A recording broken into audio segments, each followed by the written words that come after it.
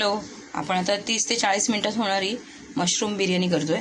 त्याच्यासाठी मी मशरूम कापून ठेवलेत, 2 कांदे चिरून ठेवलेत, त्याच्यानंतर तांदूळ धुवून ठेवलेत आणि ते 4-5 लसूणच्या पाकळ्या मिक्सरमध्ये घेतल्यात. पाव चमचा फक्त जिरं आहे, अर्धा चमचा धणे आहेत. शाही मसाला घेतला आहे मी, एव्हरेस्टचा बिर्याणीचा शाही मसाला, थोडीशी हळद पाव चमचा आणि हे आहे लाल तिखट काश्मीरी.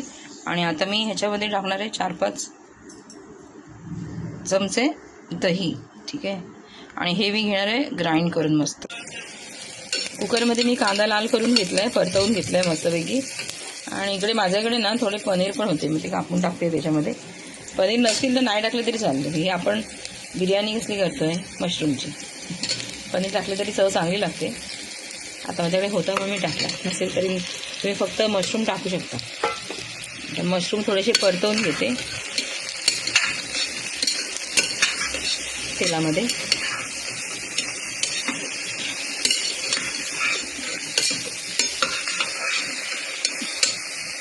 त्याच्यामध्ये आता जे आपण वाटप केलं आहे दही टाकून बिर्याणी मसाला, ते सगळं टाकूया.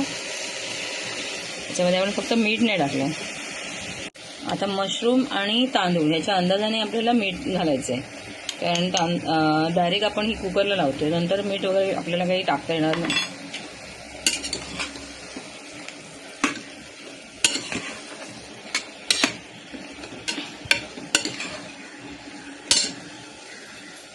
धुतलेले तांदूळ आहेत ते टाकले, त्याच्यात पाणी टाकलंय आणि आता थोडं शुद्ध घी टाकते वरून. कुकरच्या आता 3 शिट्या काढून घेऊया. कल्पेश, हे बघ काय केलंय मी तुझ्यासाठी आज. काय केलंय मम्मी आज? मशरूम बिर्याणी आहे, त्यात थोडं पनीर पण टाकलंय हा, आणि ताळगोळे सोलून ठेवलेत, लस्सी बनवली आहे. बघ टेस्ट. वाव, खूप काय काय गोष्टी आज.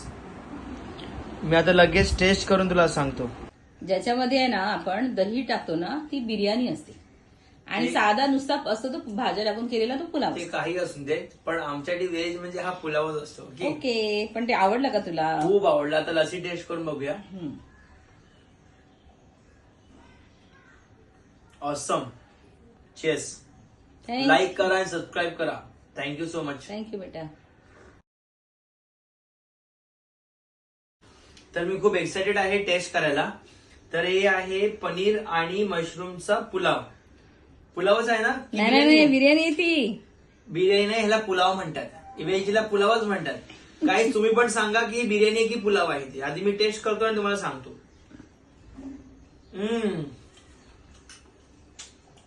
सुपर से बहुत बहुत बहुत ऊपर है मम्मी.